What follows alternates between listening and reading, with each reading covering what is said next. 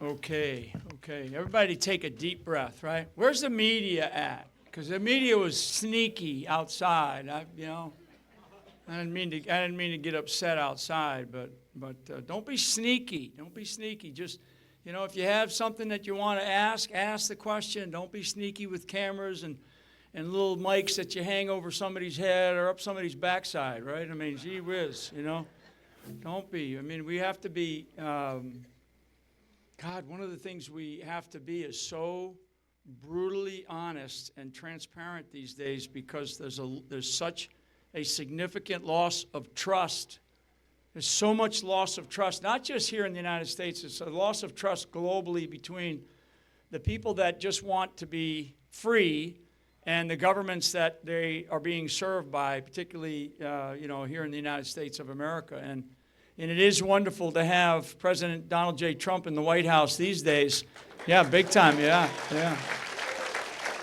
And, and amazing that Miss Maria Cachado, who was given the Nobel Peace Prize yesterday, dedicated it to President Trump. I mean, it's amazing. If you don't know that she did that, It's amazing.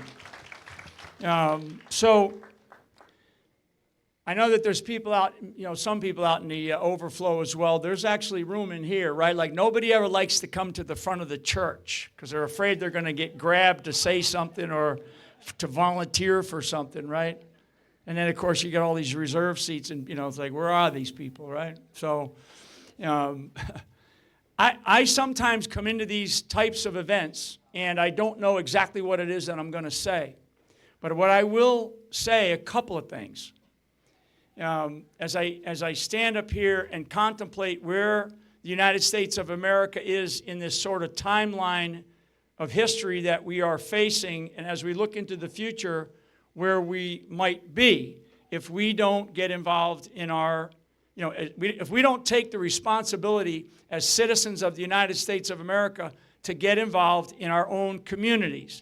Everybody comes up to me, like these beautiful women that are right back here, and I love these ladies that came from Japan. Everybody comes up to me all the time and says, can you get this to President Trump, right? They give me something, get this to President Trump. And I'm very polite, and I'll be very, yes, no problem, we'll figure something out, whatever the issue is. But my response to everybody these days is, what are you doing wherever you're at, right? You got these great, the tents that are outside here trying to sell their wares or whatever, trying to promote their ideas, Gun Owners of America or the National Rifle Association or some churches that are out there representing and trying to raise a few bucks. What we have to do as people, as citizens, is stop worrying about what you cannot control.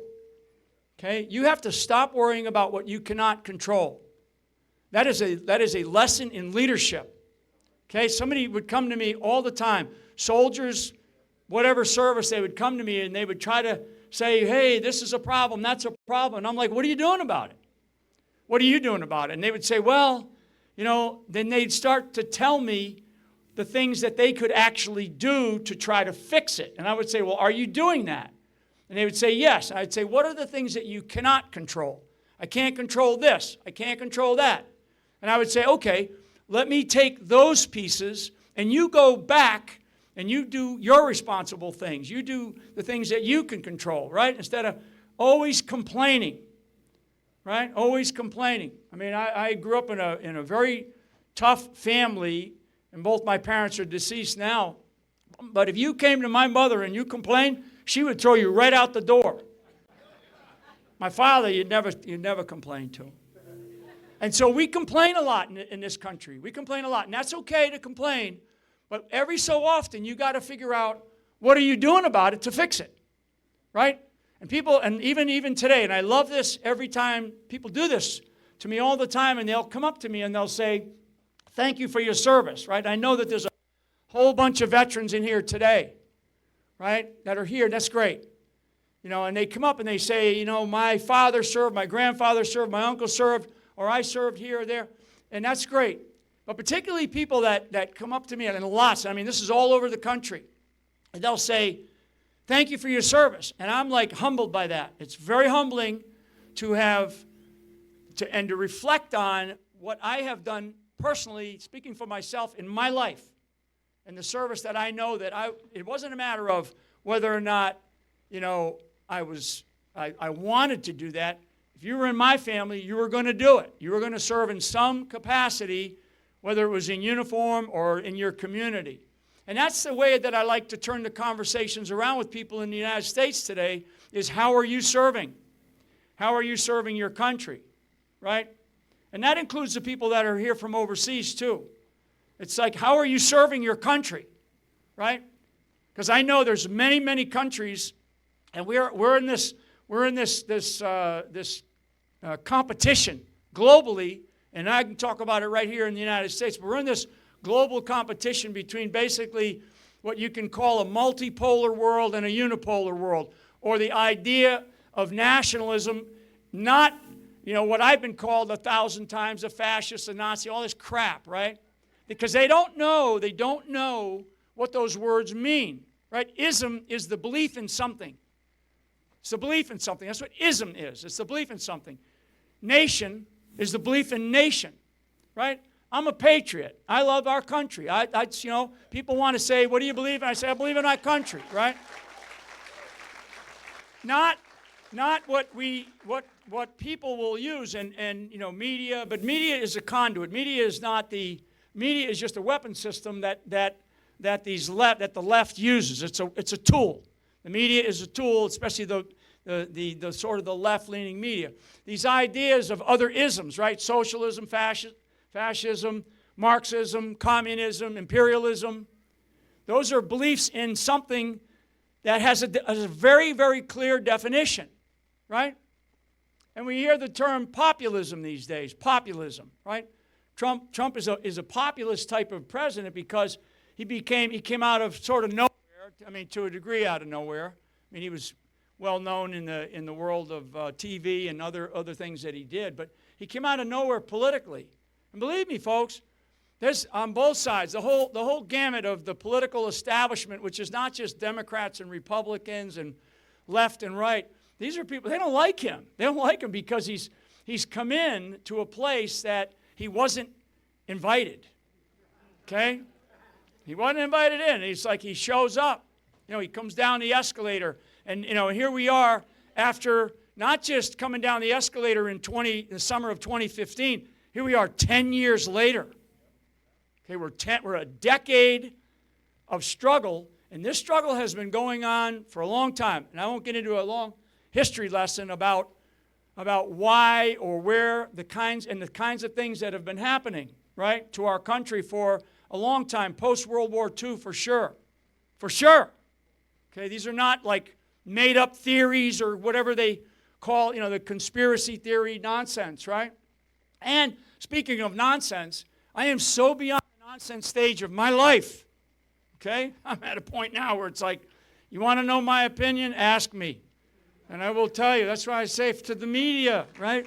The media does this, and you guys are just doing it, They'll do this, You'll be in a crowd,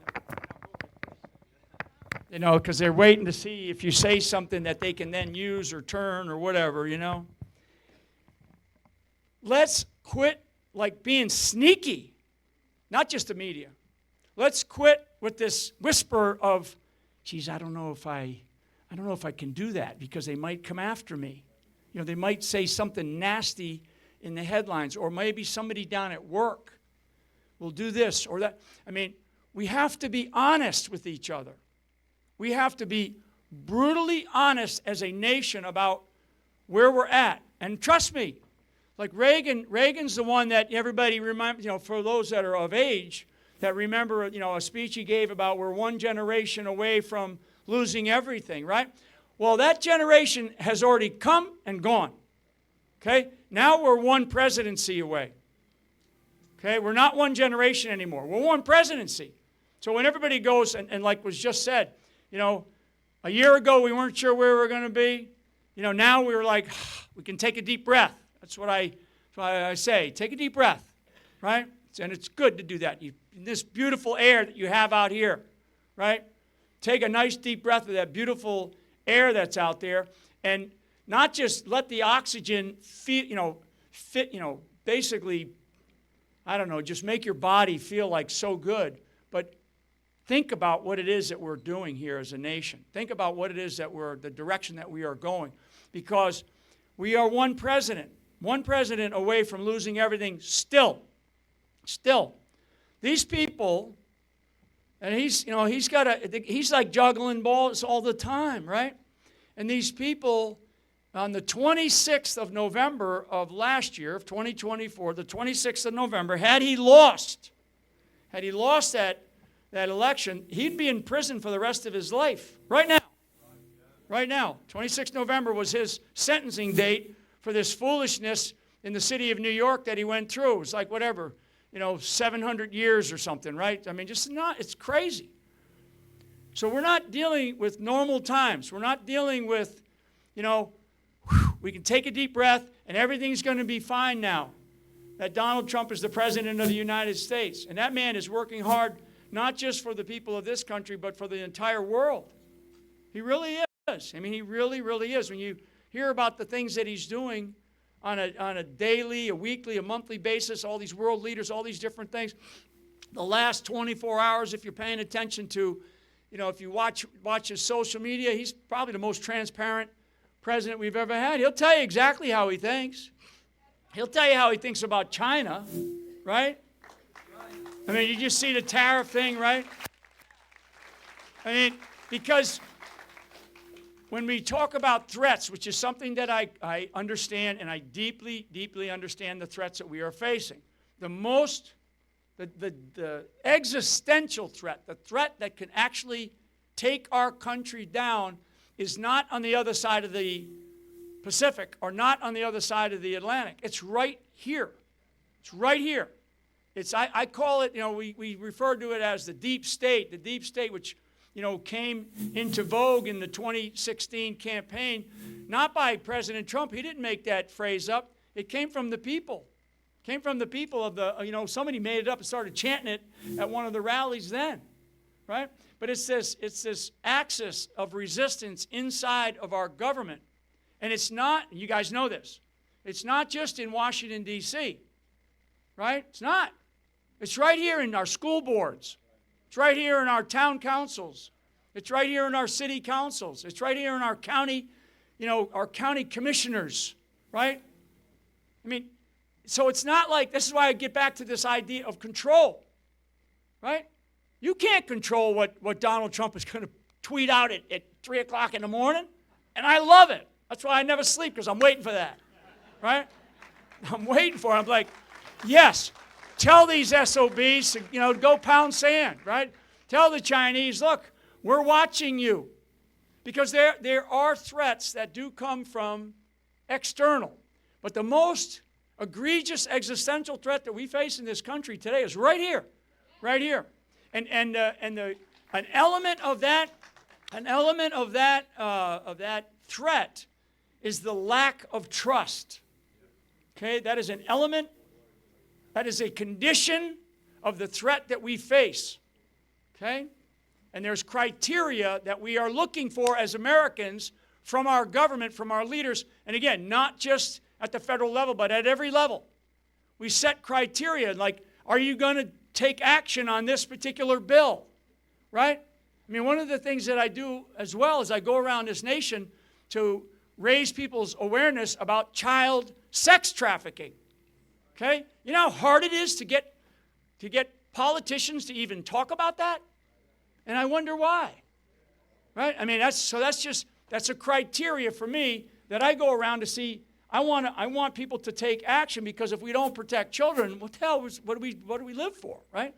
So we have conditions in this country, and one of those conditions is the lack of trust between the people, like you and I, and our government. And it doesn't make any difference whether it's local, state, or local, county, right, state, or federal. Doesn't make any difference.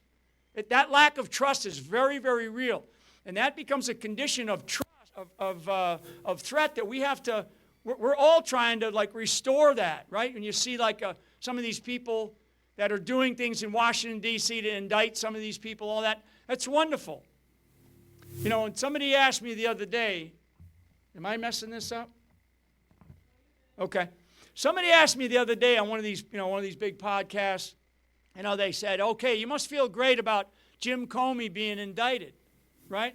And I'm like, it actually breaks my heart that we have gotten to this point in the United States of America. It is so disheartening for me as a guy who has spent his life. I was born on an Army base. I knew I was going to go in the Army from the time I could walk. Or I knew I was going to go in the military. I almost joined the Marine Corps. Any Marines in here? All right, I won't hold that against you. But, so, for a guy that has had a life of service, and I know what service and I know what sacrifice is, to look at the condition of our country and to think that we have people that are being indicted who are supposed to be leaders in different levels of government, and we're looking, and you all know what I'm talking about because in your own local areas, you got the same issues. You have the same exact issues. It's corruption, At the end of the day, and this is where I'm a believer, it's good versus evil. That's it. One time I spoke at an event a long time ago, but this actually comes from a woman who wrote me a letter a long time ago when I was going through all of my persecution. It's like I'm being persecuted. I'm thinking, man, this is really something, that this is happening. That's why it's like it breaks my heart that our country is like this. Now, there's good things, there's great things that are happening out there, but they're transactional. Okay, that means that they have a time limit, and that time limit is because we have a decent leader right now leading our country, right? Everybody's got governors and mayors and stuff like that. If you have a good, decent leader, I don't care what party they are, as long as they love our country, right? Honestly, I really don't. I really don't, because this is not about Democrats and Republicans.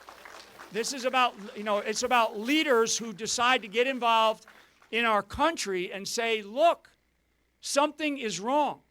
Something is wrong. There is a set of conditions in our country, threats now, that that we're having to deal with. Like it or not, it's the way it is. So, what we want is we want these things to kind of go away. Well, they're not going to go away. Because the stats for voting in this country are abysmal. They are abysmal. Okay? Even for elections to president of the United States on presidential election years, we have not broken nationally for like the last 10 presidential elections, we have not broken 70%.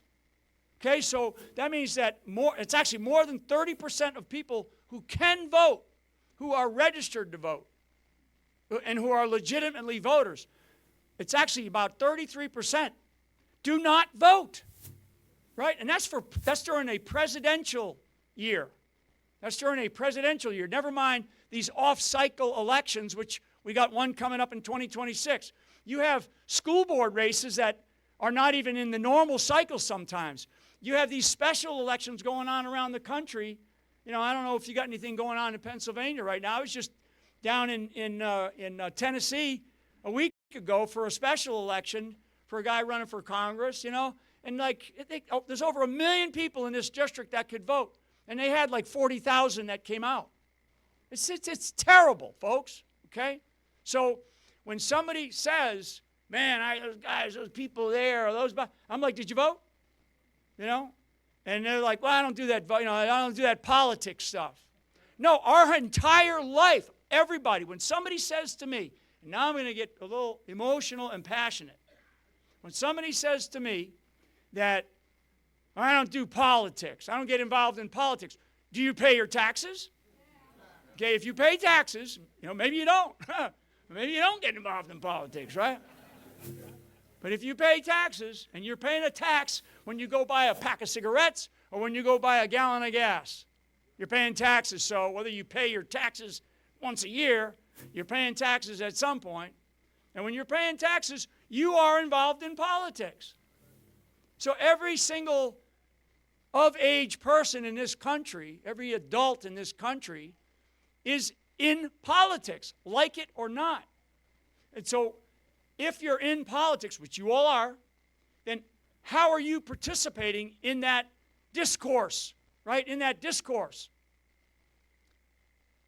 I mean, I'm thinking of a guy by the name of Thomas Paine, okay, who today, or certainly under the Biden, under the former administration, would have been declared a domestic terrorist, okay, seriously, because Thomas Paine, the British were after him desperately because he was writing and putting things out to the populations at the time, right? If you never read Common Sense, go read it, right? George Washington took a document that Thomas Paine wrote because it was so powerful of a document, and he said to all of his leaders, you know, in the colonies, we didn't have a country under George Washington until we finally had one, right? So these are guys that said, enough is enough, right? And he took a document from Thomas Paine because it was so powerful, and he said to all his leaders, I want every single person who's part of our team, part of our militia, I want you to read it to them because most of them couldn't read. I want you to read it to them because it talked about summer soldiers, right? Fair weather friends, right? And you all know what I'm talking about. I know exactly what summer soldiers are. I know exactly what fair weather friends are. You know, when you're in the lowest of lows, that's when you know who your friends are. Okay, not when everything's going great and you have all these people coming to you going, oh man, I got all kinds of things. You know, can you do this? Can you do that? That's what Thomas Paine. Most people don't know who he is. Some do. Everybody knows George Washington. George Washington was smart enough to know his weaknesses. He was smart enough to know when he had challenges that he was facing.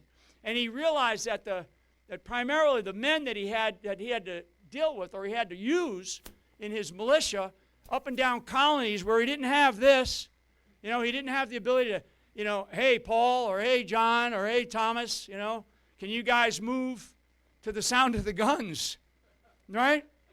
His intent was clear enough, and his intent was we are no longer going to be subdued by tyranny, and we are going to fight for freedom. Today, we want to do that in a different way. We want to fight for freedom. We want to dismiss tyranny by standing up for our beliefs. But like getting back to voting, right? You have a duty to vote. It's not like, no. There's people that have given their lives so you can go and pull a lever or maybe sign your name on something that says, I vote for whoever. Presidential elections, I can tell you for the last 10 presidents, less than 70% of our voting public actually went out and voted. So a third of our country. Okay, so put that to the side, and then you guys tell me when I need to get off the stage here, because I will go until I'm thrown off. And I always. Because I do want to respect the time that they have here today, and I always speak as though I will never be invited back. Right? So for the media, I'm looking at you. Okay. The Pledge of Allegiance, and I'm going to get off the stage here, okay? The Pledge of Allegiance. I watch people, okay? I'm very, my world, this is kind of how my mind works sometimes. It's complicated. Yeah. So I'm watching people as we do the Pledge of Allegiance, And most people in here are, of an age where it's like in school, you just sort of got up, you learned it at home maybe, and you get up and you do the Pledge of Allegiance, right? And you just kind of, it's like rote. You just say it, and then it's math time, or it's English time, or it's whatever, right? In school. We rarely think about the words of the Pledge of Allegiance. Think about just that phrase, Pledge of Allegiance. Okay, Pledge of Allegiance. It comes from a very historic time in the United States of America, after post the Civil War. It's 31 words. 31 words. Okay, it takes like 20 seconds to say, right? 31 words. Now this nation, all you got to go do is read the Federalist Papers, read our Constitution, read the Declaration of Independence, and if you're really, really excited at 3 o'clock in the morning, read some of the history of our founders and some of the letters and books that they wrote, right? Letters that they sent home to their wives primarily when they were in the midst of a revolution, and they knew that they were either going to be hung or shot or sent over to England to be put in prison for the rest of their lives, which many actually were. So 31 words. Our nation was built on a set of principally Christian principles, but certainly Judeo-Christian principles. I'm from a town in New England that was formed in 1639, so it's a very old town. Okay, so people argue with me about all different sorts of things. The oldest Jewish synagogue in the country is in my hometown, Toro Synagogue. I've been in it many times because I love history. And I go in there and they get all these books about that period of time, and I study a lot of stuff. But also the Christian principles, why we came to this country in the first place from the 1500s, the 1600s, the 1700s, and why they argued, and why they fought, and why they created what they created, right? Read the Declaration of Independence if you're a non-reader. It takes an average reader to read the Declaration of Independence maybe 4 minutes of your life. Most of you probably have not sat and read it. Please read it. In it, it says so many brilliant things. But the Pledge of Allegiance, right? The Pledge of Allegiance, 31 words. It took us until 1954, to actually add, because it was 29 words before 1954, to add the words under God. It took us till 1954. So when we say the Pledge of Allegiance and we say under God, right? I want you to, next time that you say it in some club or some church or wherever you're at, next time you say it, I want you to think about every single word. Because if our children understood the meaning of our Pledge of Allegiance, they truly, deeply understood it, and that's why we taught it. It became sort of like who we were. But we tend to, like we do a lot of things. You say something, you don't even know what you're saying sometimes. But when they fought, 1954 it was post-World War II, Korean War still going on. There's like we're being attacked again, right? Communism, right? And so they had an argument about it in Congress, and they finally said, okay, yeah, we'll, under God. We'll add under God. That's a big deal. That's a big deal. Because the thing another condition, another threat in this country is an assault on religion. An assault on religion. Okay?